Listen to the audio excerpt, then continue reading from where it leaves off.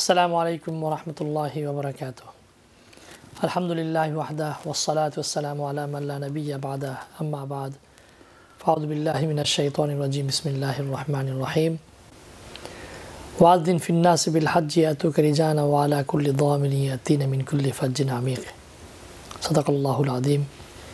ويقول النبي صلى الله عليه وسلم الحج المبرور ليس له جزاء إلا الجنة أو كما قال عليه الصلاة والسلام. رب اشرح لي صدري ويسر لي أمري واحلل عقدة من লিসানি ইয়াফকাহু কওলি। প্রিয় দর্শক, রোজা হজের মাসে আপনাদের সামনে TVN24 মাধ্যমে ইসলাম ও জীবনকে নিয়ে আমরা যে আলোচনা করছি এবং যারা দর্শক আমাদের সামনে আছেন সবাইকে আন্তরিক শুভেচ্ছা।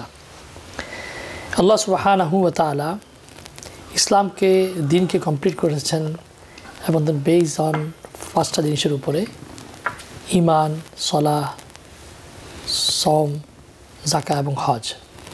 এবং আল্লাহ সুবহানাহু ওয়া তাআলা হজের মাধ্যমেই ইসলামের যে পাঁচটি পিলারকে কমপ্লিট করেছেন। ইমাম গাজ্জালী রহমতুল্লাহ আলাইহি তার কিতাব ইহরামুদ্দিনের মধ্যে লিখেছেন যে আল্লাহ সুবহানাহু ওয়া তাআলা হজের দিন, বিদায় হজের সময় রাসূলুল্লাহ সাল্লাল্লাহু আলাইহি ওয়াসাল্লামের মাধ্যমে আমাদেরকে এই কথা জানিয়েছেন যে আল-ইয়াওমা আকমালতু লাকুম দীনাকুম ওয়া আতমামতু আলাইকুম নি'মাতি ওয়া রাদিতু লাকুমুল ইসলামা দীনা। দ্বিতীয় ঘন্টা আল্লাহ ঘোষণা দিয়েছেন যে আজকে আমি কমপ্লিট করেছি দিনকে, সন্তুষ্ট হয়ে গিয়েছি এবং আমার নিয়ামতকে আমি পরিপূর্ণ করে দিয়েছি। ইমাম গাজ্জালী বলেন যে এই হজের মাধ্যমে আল্লাহ সুবহানাহু ওয়া তাআলা বেসড অন ইসলাম যে পাঁচটি পিলার, সেই পিলারকে কমপ্লিট করেছেন। এবং রাসূলুল্লাহ সাল্লাল্লাহু আলাইহি সাল্লাম আমাদের সামনে একটি ঘোষণা দিয়েছেন, কেউ যদি এই হজকে সঠিকভাবে পালন করতে পারে এবং সে যদি হজ্জে মকবুল আদায় করতে পারে, তার বিনিময়ে আর কিছুই নয়, লাইসা লাহু জাযাউন ইল্লাল জান্নাহ, তাকে আল্লাহ তাআলা জান্নাত দান করবেন। এবং একটা মানুষ অন্যত্র রয়েছে, রাসূলুল্লাহ সাল্লাল্লাহু আলাইহি ওয়াসাল্লাম বলেছেন যে তোমরা হজ করো এবং ফালিয়াতাআজ্জাল, মানে মান আরাদাল হজ্জা ফালিয়াতাআজ্জাল, যে ব্যক্তি হজের ইরাদা করেছে, ইন্টেন্ট করেছেন, সে যেন দ্রুত হজ আদায় করে। এখন এই হাদিসের যেই ব্যাখ্যা আগে অনেকে বুঝতে পারেননি, আমি তাড়াতাড়ি হজ করবে কেন, এখন বুঝে যাচ্ছে হজ করাটা কত কঠিন হয়ে যাচ্ছে দিন দিন। কেউ কেউ আমাকে বলেছেন 20,000 $25,000 নিয়ে বসে আছেন কিন্তু হজ করতে পারছেন না। এত মেহনত করার পরে, হজে যাওয়ার পরে, এত কষ্টর পরে যখন হজ করলো কিন্তু হজটা তার মকবুল হলো না, হজ্জে মাবরুর হলো না, তাহলে সে তো ব্যর্থ হয়ে যাবে। তার জীবনটাই জীবনের একটা বড় অংশ, যার পয়সা কামাই করে অর্জন করে হজের জন্য মুখ জমা করে রেখেছিলেন, কিন্তু সে হজ্জে মাবরুর পেলেন না, মকবুল পেলেন না, সে অনেক কষ্ট পাবেন দুনিয়াতে এবং আখিরাতে। কীভাবে আমি হজ্জে মকবুল হতে পারে, কীভাবে আমি হজ্জে মকবুল করতে পারি আমার হজটাকে, সে নিয়ে আজকে আমরা আলোচনা করব।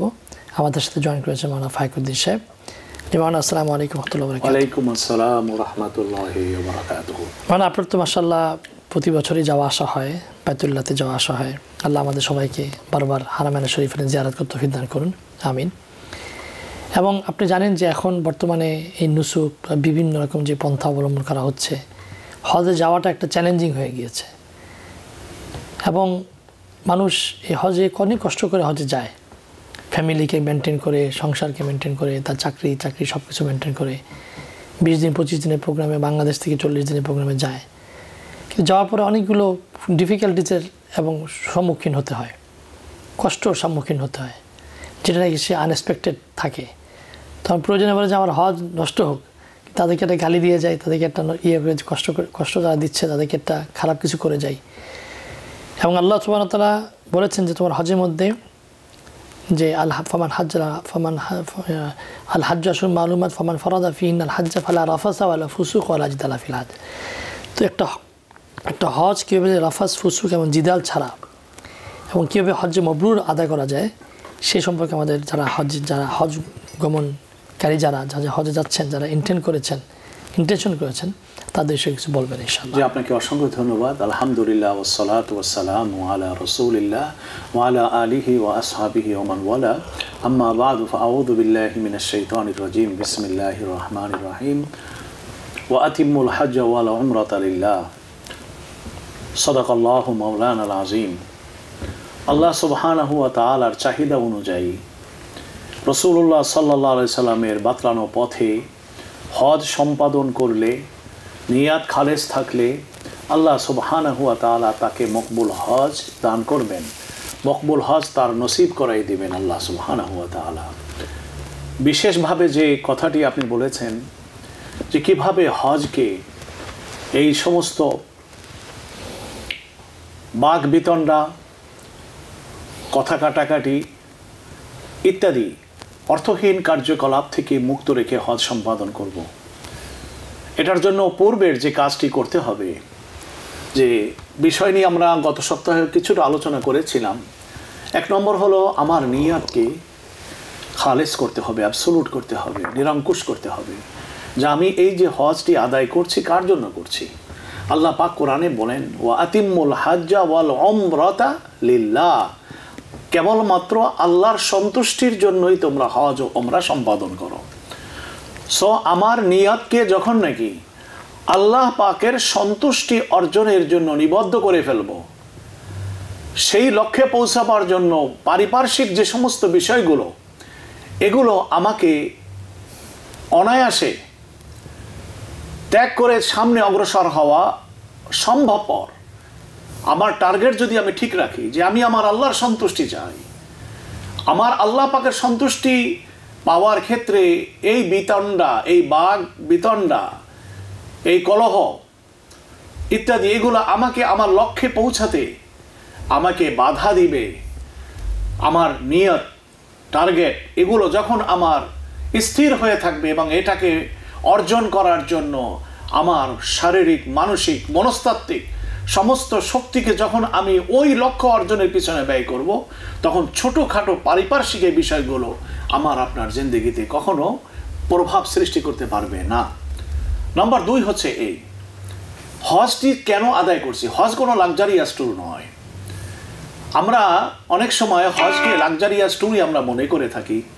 এজন্য 5 স্টার হোটেল, খাদ্য খাবার ইত্যাদি, বিশেষ করে আমেরিকার এই উন্নত জীবন যাপন করার কারণে সব কিছুতে আমেরিকার সুযোগ সুবিধা যেমন, এখানকার হাজি সাহেবান তারা সেখানে যে ওই সুযোগ সুবিধার পিছনে তারা পড়ে যান। যেমন আমরা এখানে কোনো অফিসে গেলে যেমন বলে how can I help you, আর আপনি ওখানে গেলে কেউ আপনি হ্যালো স্যার বলতে থাকবেন, কেয়ারই করবে না। আপনি লাইনে দাঁড়ায় আছেন, উনি এখানে চা খাইতে চলে গেছেন। এই জাতীয় চিত্র আমরা দেখি সবসময়।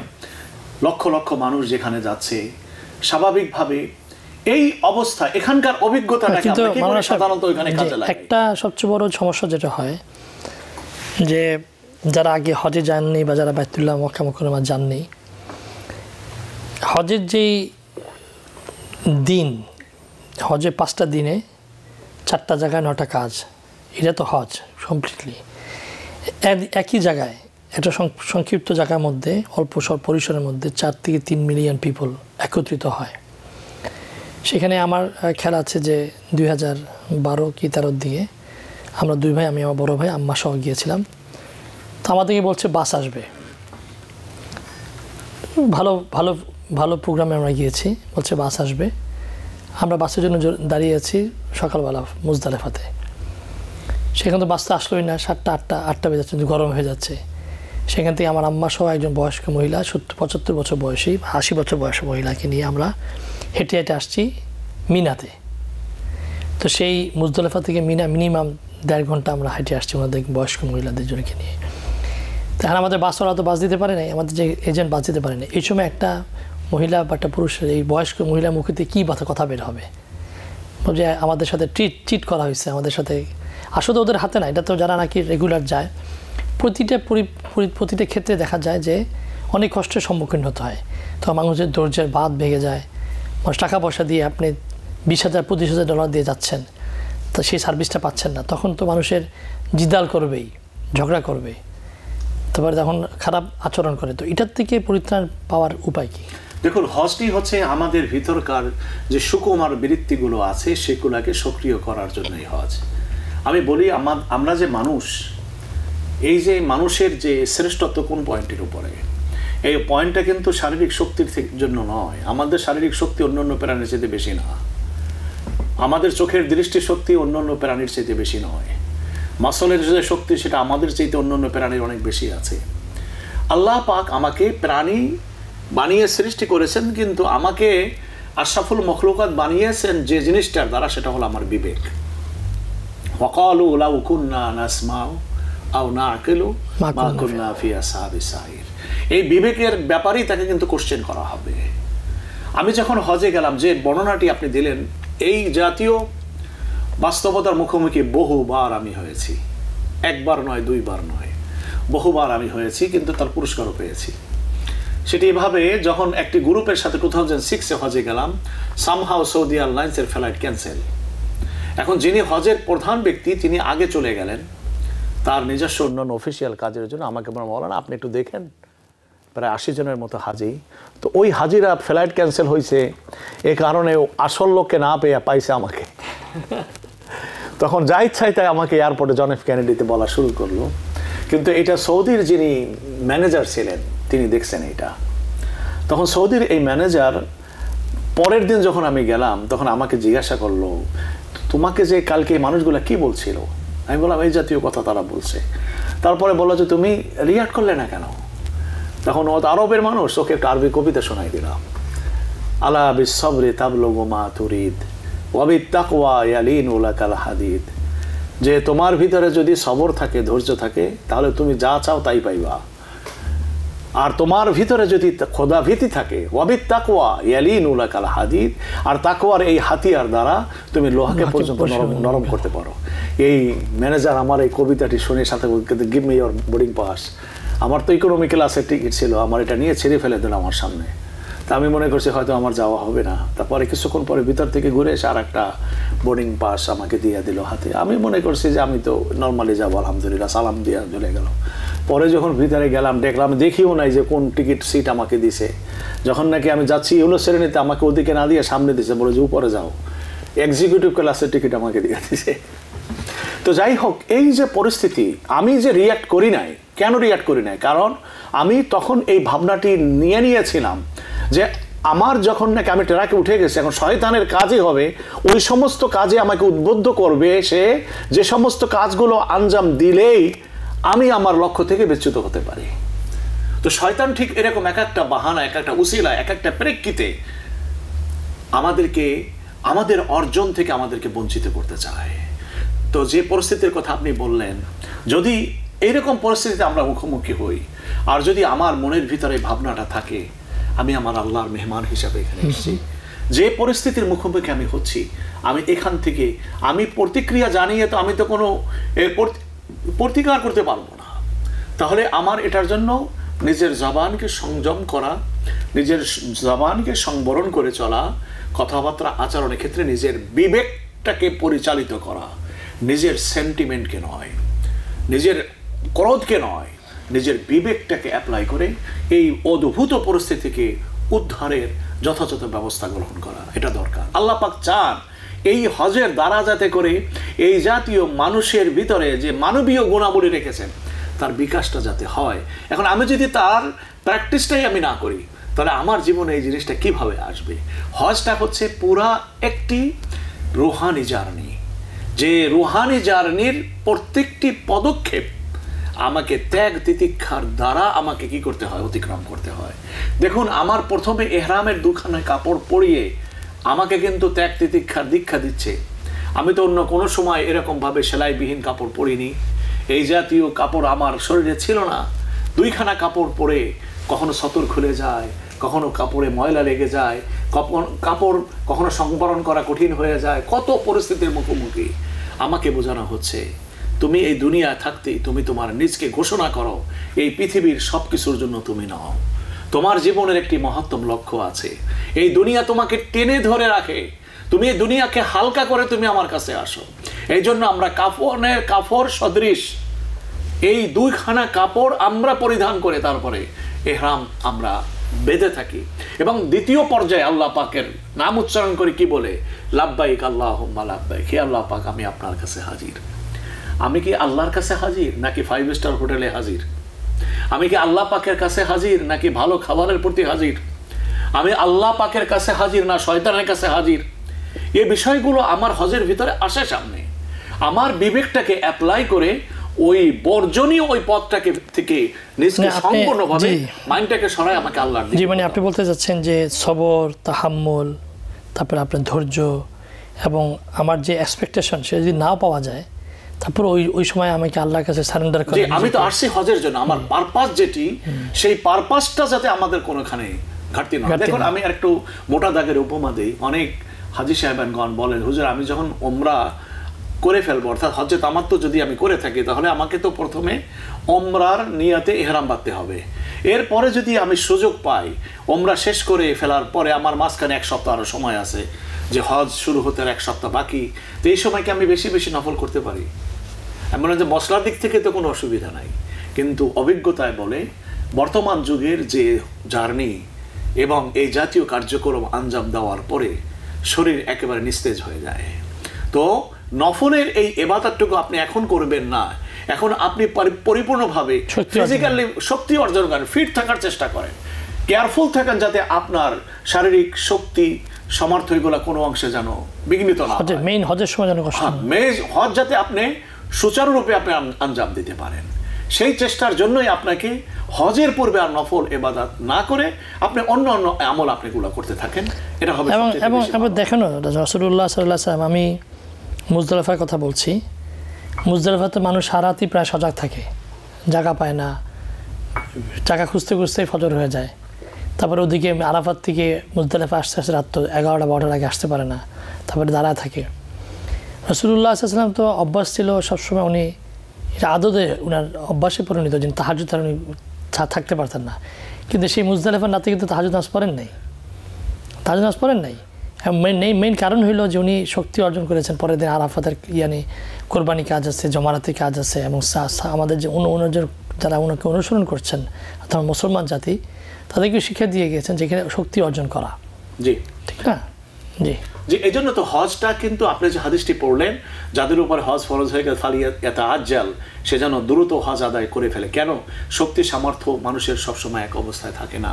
2 নম্বর হলো, যে দেশে আমি যাচ্ছি সে দেশের পরিবেশ পরিস্থিতি সবসময় একই রকম থাকবে, এটার তো কোনো নিশ্চয়তা নেই। তারপরে দুনিয়ার বিশ্ব ব্যবস্থার ব্যাপারেও অনেক সময় কি হয়ে যেতে পারে, পরিবর্তন হয়ে যেতে পারে, এগুলো সব এফেক্ট করে হজের উপরে। এই জন্য আমাদের যখনই সুযোগ পাওয়া যায় হজের, কোনোভাবে অন্য কোনো অজুহাতে এই হজ থেকে বিরত থাকা আমাদের কি নয়, উচিত নয়। জি, ধন্যবাদ। একটা প্রশ্ন এসেছে, প্রিয় দর্শক যিনি লাইনে আছেন প্রশ্ন করুন। আসসালামু আলাইকুম ওয়া রাহমাতুল্লাহ। ওয়ালাইকুম আসসালাম।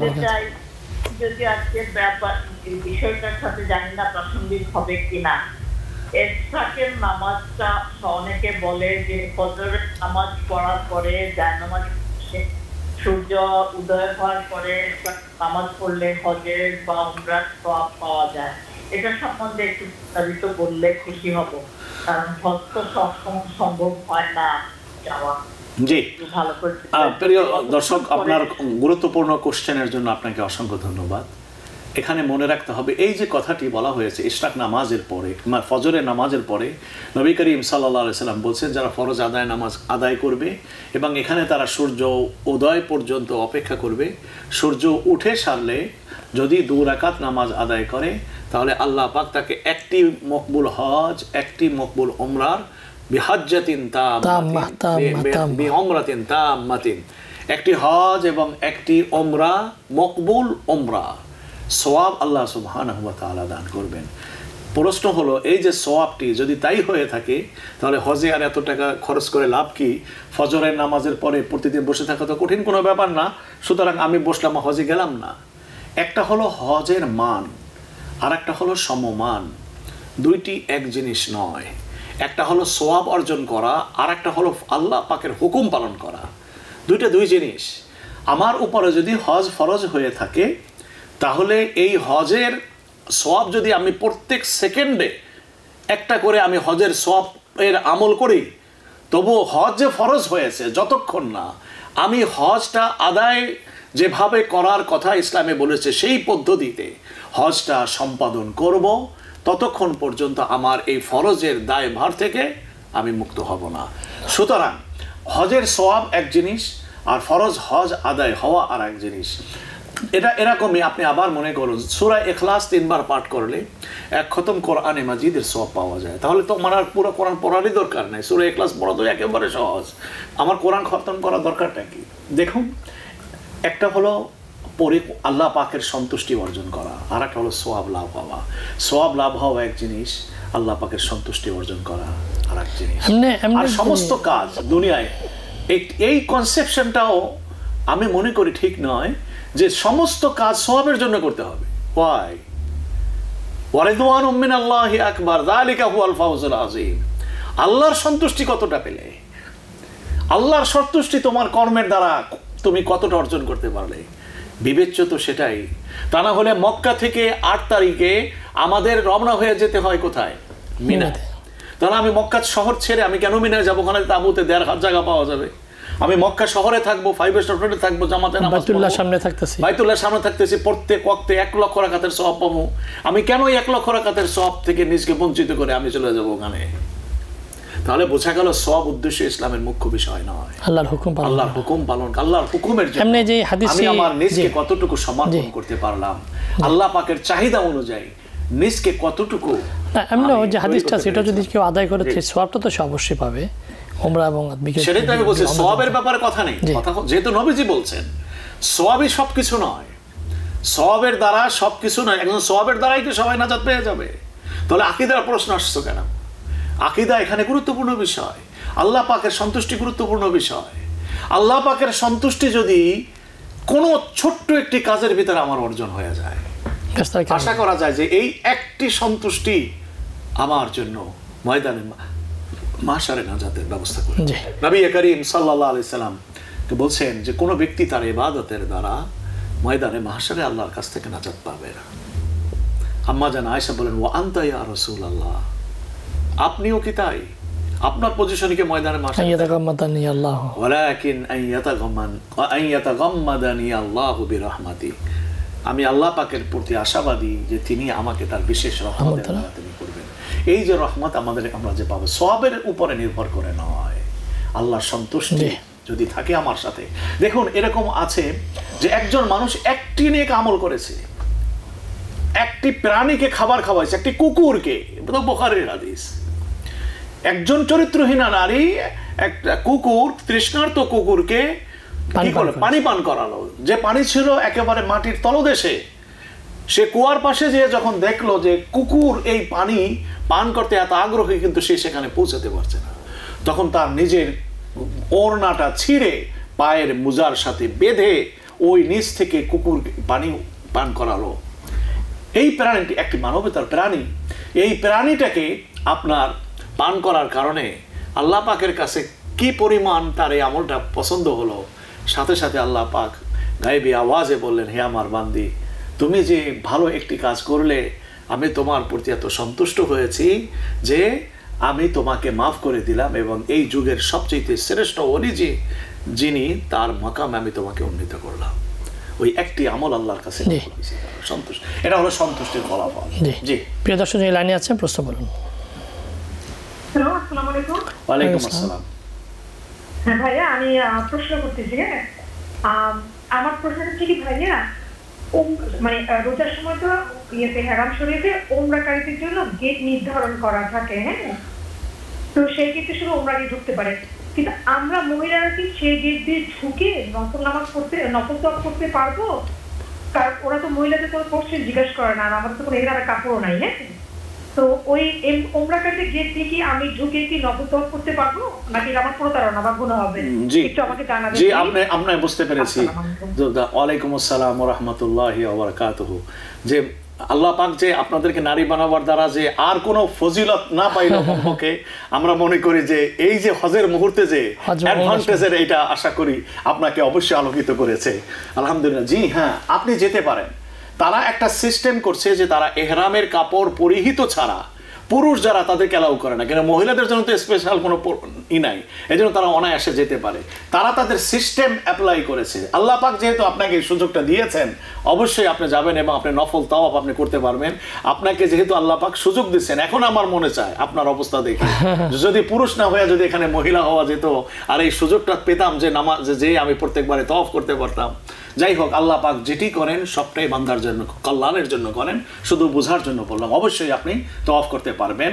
তারা তাদের সিস্টেমটাকে তারা অ্যাপ্লাই করছে, কিন্তু এটা শরীয়তের কোনো কথা নেই যে একবার কেউ তাওয়াফ করলে আর সে দ্বিতীয়বার করতে পারবে না। এই জায়গাটিকে আল্লাহ পাক উন্মুক্ত রেখেছেন সমস্ত মানুষের জন্য, সমস্ত পুরুষ মহিলা সবার জন্য উন্মুক্ত রেখেছেন। এখানে কাউকে আটকে রাখা, মান দাখালাহু কানা আমিনা, যে এখানে ঢুকবে সে নিরাপদ। সুতরাং এই মানুষগুলো সুন্দর সিস্টেমের দ্বারা যদি কেউ তওয়াফ করতে পারে, তাহলে সেই তওয়াফকে বাধা দেওয়ার অধিকার কারোর নাই, গভর্নমেন্টেরও নাই। যেহেতু সৌদির এই মন্ত্রণালয় এটা পরিচালনা করে হজ, এই জন্য আমাদের এখানে নিজস্ব কোনো বক্তব্য নাই। অনেকে বলেন, হুজুর আমি তো একবার তওয়াফ করেছি, এখন আমি তো এহরামের কাপড় পরিহিত ছাড়া আমাকে ঢুকতে দেয় না, এখন আমি তো এহরামের হালাতে নাই, তওয়াফের জন্য কি আমি এহরামের কাপড় পরে ঢুকতে পারি কিনা? এখন যদি তওয়াফের কাপড় পরে আমি যদি ঢুকি, তাহলে যেটা দেখতে দেখা যায় আমি একটা মিথ্যার আশ্রয় নিলাম, যে আমি এহরামের সাথে নেই, আমি তারপরেও ওমরার সাথে নাই, তারপরে আমি এটা করতেছি। এটার জবাব কি? আমরা বলেছি দেখুন, আপনি যদি এইভাবে ঢুকে যেতে পারেন, ঢুকে যান, যায় আপনি আল্লাহ পাকের কাছে মাপ চাবেন, আল্লাহর কাছে না, সৌদি আরব সরি, কারণ আল্লাহ তো আটকায় না, আটকাছে তো সৌদির পুলিশে। আপনি সৌদির পুলিশে বলে আসবেন সরি, এটা আবার সবাই বলতে চাই না, কারণ এটা দিয়ে আবার উল্টা কি কি বুঝে। আপনি এভাবে ঢুকে যাবেন, ঢুকে তওয়াফ করে আসা, আপনি লঙ্ঘন করছেন কার রুল? সৌদির গভর্নমেন্টের রুল লঙ্ঘন করছেন, আল্লাহর রুল তো লঙ্ঘন করেন নাই। আপনার আল্লাহ পাক এই ঘরটাকে উন্মুক্ত বানিয়েছেন সবার জন্য, সবাই তওয়াফ করতে পারবে, আপনি বাধা দেওয়া কি? তারা দিচ্ছে সিস্টেমের জন্য। ওকে, তাহলে আপনি সিস্টেমটা প্রয়োগ করছেন কার? এই সৌদির পুলিশের, সৌদির ম্যানেজমেন্টের। আপনি আসার সময় সৌদির পুলিশকে বলেন I am sorry, something happen, I am sorry, বলা দরকার নাই কি হয়েছে, বাস ওই আপনি চলে আসবেন, আল্লাহ পাক আপনার তওয়াফের। এবং এটাও উচিত যে আচ্ছা আমরা একটা বিরতিতে যাচ্ছি, বিরতির পর আবার ফিরে আসবেন ইনশাআল্লাহ। প্রিয় দর্শক, আপনাদের দেখছেন ইসলাম ও জীবন। বিরতিতে আমাদের সাথে আপনার ধন্যবাদ। যে বলছিলাম মাওলানা সাহেব, যে হজ্জে মাবরুরের জন্য যে এটা কি খালি কাজের সাথে নাকি না হজের দোয়ার মাধ্যমে আল্লাহর কাছে চাওয়া? জি, এখানে সমস্ত কিছুর সমন্বয়। এটা এক নম্বর হলো নিজকে সুন্নতের উপরে পরিপূর্ণভাবে বিদ্যমান রাখতে হবে। নিয়ত, যে নিয়তে আমি আসছি সেই নিয়তের ব্যত্যয় যেন কোনো কর্মে না ঘটে, সে ব্যাপারে যত্ন খেয়াল করতে হবে। তাহলে আপনি যদি বলেন যে সুন্নতের নিয়মের উপর থাকতে, তাহলে তো আমাকে অবশ্যই সুন্নতগুলো কি কি, হজের করণীয়গুলো কি, সেটা আমার জানতে হবে। জি, এটা আমাকে জানতেই হবে। যে আমলই আমি করি না কেন, ওই আমল কিভাবে আদায় হয়, এই রুলগুলো জানা আমার উপরে ওয়াজিব। মওকুফুন শাই মওকুফুন আলা যালিকা শাই, যে হুকুমের জন্য যে বিধান জানা, যে হুকুম, যে আল্লাহ পাক যে হুকুমের যে স্ট্যাটাস রেখেছেন, ওইটা আদায় করার জন্য প্রাসঙ্গিক জানা শোনা, এটারও একই হুকুম। নামাজ ফরজ, কিন্তু নামাজ আদায়ের জন্য যে বিষয়গুলো কাজগুলো আমাকে করতে হবে, ওই কাজগুলো যথাযথভাবে জানা, এটাও ফরজ। অনুরূপভাবে হজ যেহেতু ফরজ হজ যেহেতু করছি, এজন্য এই ফরজ হজ আদায়ের জন্য প্রাসঙ্গিক যা আমার জানা প্রয়োজন, সেগুলা জানা আমার উপরে ঠিক তেমনিভাবে ফরজ হয়ে যায়। তো এই জন্য সুন্নাত কোনটি সেটা আমাকে জানতে হবে, ওয়াজিব কোনটি সেটা আমাকে জানতে হবে। অনেক মুরাব্বিরা এরকম আছেন যে তারা একবার যখন নাকি 10 তারিখে কঙ্কর মারার পরে, তখন যারা এহরাম থেকে মুক্ত হয়ে যান, কঙ্কর মারার পরে যারা হজ্জে কেরান করেন এবং হজ্জে তামাত্তু করেন, তারা তো কোরবানি করে তারপরে কি হন? হালাল হন। কারণ যারা মুফরিদ হজ্জে ইফরাদ করেন, তারা কিন্তু কঙ্কর মেরে কিন্তু কি হয়ে যান? হালাল হয়ে যান। তাদের উপর তো কোনো কোরবানি কেরান থাকতে হয়। হ্যাঁ, কেরান এবং তামাত্তুকারীদের জন্য থাকতে হয় না, কেরানের তামাত্তুর কোরবানি পর্যন্ত অপেক্ষা করতে হবে। তো এই অবস্থায় অনেকে দেখা যায় 11 তারিখের যে কঙ্কর মারা ওয়াজিব, শারীরিক বিশেষ সুস্থতার কারণে করতে পারে না। তখন কি করণীয় তার জন্য? 11, 12 যারা 13 তারিখ থাকবে তাদের জন্য 13 তারিখে কোরবানি। ওই যে বাকি 2 দিন, লাস্টের দিন তো 12 তারিখে এত বেশি ভিড় হয়, কারণ এই দিনে মোস্ট অফ দ্য হাজি সাহেবান তারা কঙ্কর মেরে মক্কায় ফেরত চলে যান। এই জন্য এই দিনের ক্রাউডেড এত বেশি হয় যে অনেক মানুষ সাহস পায় না। তখন তারা কি করবে? এই মুহূর্তে বলছে যে এটার জন্য যদি কঙ্কর কেউ না মারতে পারে, তাহলে তারা এটার জন্য দম দিবে, কিন্তু জীবনকে ঝুঁকি নিয়ে কঙ্কর মারতে যাওয়া তাদের জন্য উচিত নয়। এটা বোঝার ব্যাপারে, মাসলাগুলো জানা দরকার। এখন যদি কেউ একটি ওয়াজিব তরক করলো, তাহলে তার জন্য যে দম কয়টা? একটা। যদি একই ক্যাটাগরির আমল তরক করলো, যেমন আপনার 2 দিনের কোনো দিন সে কি করে নাই, পাথর মানে নাই, তাহলে তার জন্য কি বিধান? তার জন্য একটি দম দিলেই আপনার সবগুলো মিলে একটা ওয়াজিব। হ্যাঁ, একটা ওয়াজিব। 3 দিনের যে জামারাতের যে পাথরটা, সেটা সব মিলাইয়া একটা ওয়াজিব। সুতরাং কারো যদি শারীরিক অবস্থা এত মারাত্মক হয়ে থাকে, আরেকটি মশলা যেটি জানা দরকার, যাদের সাথে 50 ঊর্ধ্ব বয়সে মহিলা থাকে কিংবা যাদের সাথে মহিলা থাকে তাদের জন্য সন্ধ্যার পরের যে সন্ধ্যা পর্যন্ত কঙ্কর মারার বিধান। আমরা এটা জানি না যে যাদের সাথে মহিলা থাকবে তাদের জন্য সন্ধ্যা নয়, তাদের জন্য ফজর পর্যন্ত পাথর মারার সুযোগ রয়ে গেছে। আমরা অনেকেই মশলাটা না জানার কারণে মুরাব্বি যারা থাকেন কিংবা মহিলা যারা থাকেন এই ভিড়ের ভিতরে তাদেরকে কঙ্কর মারতে নিয়ে যাওয়ার কসরতটা আমরা খুব করি, এবং এটার জন্য যিনি কঙ্কর মারাতে যান তারও কষ্ট হয় এবং যাদেরকে সাথে নিয়ে যান তাদেরও কষ্ট হয়। ধীরে সুস্থে। এখানে একজন প্রশ্ন করেছেন, প্রশ্নটা হলো যে মক্কা থেকে মিনা বেশি দূরে নয়, তারপর দেখা যায় মিনা যাওয়ার পরে যেটা বইতে পড়েছি মিনাতে যে জোহর আসর মাগরিব এসা ফজর কসর আদায় করতে হবে। কেন? মুসাফির আপনি, এজন্য আপনাকে আদায় করতে হবে কসর। তো উনি লিখছেন যে মুসাফির মক্কা থেকে যাওয়ার কারণে আপনি মুসাফির হন নাই। উনি লিখেছেন যদি আমরা মুসাফির তো তারা যারা নাকি 15 দিনের কম থাকবে, কিন্তু আমরা যারা মক্কাতে বাংলাদেশ থেকে আসছি বা বিভিন্ন দেশ থেকে আসে অনেকে মক্কাতে 15 দিনের ঊর্ধ্বে থাকেন, তারা তো আর তখন মুসাফির নয়, তারাও কি অনিশ্চিত। এই মাসটা হলো আপনি যদি কোনো গন্তব্যে আপনি যান যে আপনি 15 দিনের কম থাকবেন, কিন্তু দেখা গেল 15 দিন ফুরিয়ে যাওয়ার আগে আপনার সামনে এমন এক বাস্তবতা এলো যে আপনি সেখানে কি করতে পারলেন না, 15 দিন আপনার থাকা হলো না, আপনাকে আরো বেশি দিন থাকা লাগলো না। উনি বলছেন যে আমি মশলাটা আবার বলছি কারণ 15 দিন আপনার টার্গেট ছিল 15 দিনে কম থাকবেন, 12 দিনই থাকবেন, রাইট? তো 12 দিনের যদি আপনি থাকেন, 15 দিন আপনার হচ্ছে মেয়াদ। এখন আপনি 15 দিন মেয়াদে গেলে আপনি হয়ে গেলেন ওই জায়গায় পৌঁছাবার কারণে আপনি মুসাফির হয়ে গেলেন। কিন্তু দেখা গেল এমন যে আপনি পৌঁছাইলেন 15 দিনের কমে, কেমন, কিন্তু পরে দেখা গেল যে না আপনি এখানে 15 দিন আপনার কাজ সমাধান হয় না। বুঝতে পেরেছি আপনার প্রশ্নটা, কিন্তু তখন তো এটার এক্সটেনশন হইতে থাকে। আপনি কোথাও গিয়েছেন আপনি 3 দিনের জন্য, তো আপনি মুসাফিরের হুকুম আপনার কন্টিনিউ থাকবে। উনি বলছেন যে আমরা বাংলাদেশ থেকে যে আসছি 40 দিন বা 1.5 মাসের জন্য, তা আমাদের মক্কাতে অবস্থান নিয়ে আমাদের 20 দিন হজের সময়, তখন তো আমি মুকিমের হুকুমেই, যখন কসর কেন আমি পড়বো মিনাতে এসে? জি, যদি কারোর দেখেন আপনি ওখান থেকে আপনি চলে আসতেছেন, আপনি কিন্তু হাকিকাতে আপনি কিন্তু পুরা মুসাফিরের হুকুমে, আপনি যখন সফর করছেন তখন মুসাফিরের হুকুমে, যখন বাইতুল্লাহ শরীফে পৌঁছেছেন তখন আপনি ট্রানজিশনাল পিরিয়ডের ভিতরে আপনি এখন আছেন। এখন আপনি আবার এখান থেকে যদি 15 দিনের বেশি আপনি থাকার ওখানে নিয়ত হয়ে থাকে, আর যদি আপনি ওখান থেকে মিনায় আপনি যেয়ে থাকেন 15 দিন ভিতরে যদি হয়ে থাকে, তো আপনি মুসাফিরের হুকুমে নাই। হ্যাঁ, এখন আপনি কি করবেন? জামাতে নামাজ পড়ছেন, আপনি জামাতে নামাজ পড়লে যিনি নামাজ পড়াচ্ছেন তিনি মুসাফির, তাহলে আপনাকে কি করতে হবে? 2 রাকাত তিনি পড়ে যখন শেষ করবেন বাকি 2 রাকাত আপনি নামাজ আদায় করবেন। কিন্তু সাধারণত হজের ব্যাপারে এটা আগে ভাগে এটা নিশ্চিত বলা যায় না যেখানে 15 দিন। আমি যেটা আমি দেখছি যেটাই আমার মনে হয় ওটা দুইটা একবার এরকম হয়েছিল, ওখানে দুইটা ইখতিলাফ রয়েছে। কিছু ওলামা বলেন যে রাসূলুল্লাহ সাল্লাল্লাহু আলাইহি ওয়াসাল্লাম লম্বা চলার সময় ছেড়েছেন, তারপর উনি কসর নামাজ পড়েছেন, সুতরাং কসর পড়তে হবে। আবার একটা গ্রুপ বলেছেন যে মুকিম হিসাবে রাকাত নামাজ পড়তে হবে। আমাদের একজন প্রশ্নকারী অপেক্ষা করছেন। হ্যালো প্রিয় দর্শক, যিনি আছেন প্রশ্ন বলুন। আসসালামু আলাইকুম রাহমাতুল্লাহ।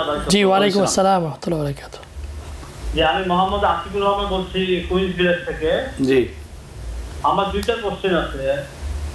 প্রথম কোশ্চেন হলো আমি যে থেকে জব করি, ওখানে আমার একটা ড্রেস আপ থাকে, মানে ড্রেস কোড থাকে এবং কোর্সশুট করি। যেমন আমি অজু করার সময় আমি কিন্তু যে হাত ফোল্ড করতে পারি না, তো আমি করি কি, এটা হবে নাকি বলেন অজুটা, আমি শুধু চুরি করতে পারি, কলি পর্যন্ত হাত ধুতে পারি, কলি করি এবং নাকে পানি দেই, কিন্তু আমি কলি পর্যন্ত ধুতে পারি না। এই জন্য আমি ওপর দিয়ে মাত্র করি, হাতটা কলি পর্যন্ত, বাম হাত ডান হাত, এবং পাটা জুতা থেকে পথে খুলতে পারি না, ওখানে খোলা নিষেধ, কারণ পা ওঠানো যায় না, এটা একটা ব্যাপার। তো জুতার উপর দিয়ে মাত্র করি, একদম অজুটা হবে কিনা, আমি এভাবেই নামাজ পড়তেছি। সেকেন্ড কোশ্চেন হলো, আমরা নামাজের যে সালাম দিই, ডান দিকে আসসালামু আলাইকুম রহমতুল্লাহ, আসসালামু রহমতুল্লাহ, এটা কি আমরা কি কাকে সালাম দিই? আমরা ফেরেশতাকে সালাম দিই না কাকে সালাম দিই? এটা আমার একটু জানতে। জি প্রিয় দর্শক, আপনার প্রশ্নটি আমরা বুঝতে পেরেছি। দেখুন, ওযু ভিতরে 4টি অঙ্গ ধৌত করা ফরজ। হাত ধোয়া, মুখমণ্ডল ধৌত করা, মাথা মাসা করা এবং পা ধোয়া। এই 4টি আমল যদি আপনার করার মতো ব্যবস্থা থাকে 1 মাইলের ভিতরে, 1 মাইলের ভিতরে যদি আপনার এই 4টা জিনিসকে পূর্ণাঙ্গভাবে ধোয়ার ব্যবস্থা থাকে, আপনি যেখানে জব করেন ওই জায়গায় নয়, কিন্তু আপনার পাশে আর একটা জায়গা আছে, সেখানে যে আপনি এটা করতে পারেন, তাহলে আপনার পা আপনাকে এটা ধুইতে হবে, আপনার হাতও আপনাকে ধুইতে হবে, তা না হলে আপনাকে তায়াম্মুম করতে হবে। যদি 1 মাইলের ভিতরে আপনার এরকম কোনো আয়োজন না থাকে, আপনি যে সূরাতে বলেছেন ওই জায়গায় আপনি পা উঁচু করে ধুইতে পারেন না বলছেন, এক্ষেত্রে আপনি কি করবেন?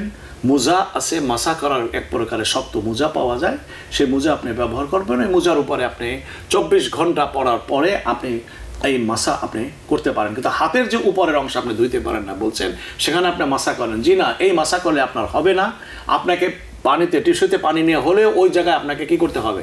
ধৌত করতে হবে। ধৌত করার মিনিং হচ্ছে এই পানিটা যাতে করে দেওয়ার পরে ওই জায়গা থেকে গড়িয়ে যায় এবং ওই জায়গাটি আর্দ্র হয়, এটাকে ধোয়ার অর্থ। একেবারে পুরো পানি দিয়ে জুবাইতে হবে তা না, ওখানে যেন ময়েশ্চার হয়ে যায়, পানির থেকে ময়েশ্চার হয়ে যায়, এরকম ভাবে আপনার লাগবে। এটা আপনি টিস্যুতে পানি ভিজিয়েও আপনি দিতে পারেন। হ্যাঁ, যদি আপনার জায়গায় যেখানে আপনি আছেন এই ব্যবস্থাও করা সম্ভব নয়, আপনি অন্য জায়গায় আপনি চলে যাবেন। আর পা ধোয়ার ক্ষেত্রে সেটা আরেকটা আমাদের অবজারভেশন আছে যে আমরা যে বোতলে পানি পান করি, এই বোতলে পানি নিয়ে আমরা বাথরুমে চলে যাই। বাথরুমে চলে যে কমোডের উপরে পা রেখেও কিন্তু আমরা কিন্তু পানি দিয়ে পা ধুতে পারি, এতে কিন্তু অসুবিধা নাই। এটাও কিন্তু আমরা অনেক সময় খেয়াল করি না, কিন্তু এটা কিন্তু করা সম্ভবপর। বাথরুমে যাওয়া হয়, একটু সময় নিয়ে হলেও করা যায়, কষ্ট করে। আমরা সালামের কথা বলেছি। প্লেনের ভিতরে দেখেন সুবিধা কি, প্লেনের ভিতরে পা উঁচু করে প্লেনের ভিতরে সংকীর্ণ জায়গায় পা ধোয়া সম্ভব হয় না। এটার জন্য কি করণীয়? যদি মুছা না পড়ি তাহলে ওই বোতল ছোট গ্লাস দিয়ে পানিটা ধুয়ে তারপর বাথরুমে যে কমোড আছে সেই কমোডের উপরে নিয়ে এটা করতে হবে। জি হ্যাঁ, ধন্যবাদ প্রিয় দর্শক, আপনারা যারা আমাদের সাথে শরীক হয়েছেন, যারা অংশগ্রহণ, সবাইকে ধন্যবাদ। আল্লাহ আমাদের যারা নিয়ত করেছেন হজে যাওয়ার জন্য, তাদের প্রত্যেকে হজে মবরুর দান করুন এবং আমাদের সবাইকে আল্লাহর ঘর বারবার জিয়ারত করতে তৌফিক দান করুন। আজকে মতো ইসলাম জীবন শেষ করছি। আসসালামু আলাইকুম ওয়া রাহমাতুল্লাহি ওয়া বারাকাতুহু। টিবিএন 24 টেলিভিশন দেখতে আজই কল করুন 7187776556। লগ ইন করুন www.totalcablebd.com। নিউ ইয়র্ক থেকে সম্প্রচারিত টিবিএন 24 টেলিভিশন বিশ্বজুড়ে বাঙালির কণ্ঠস্বর।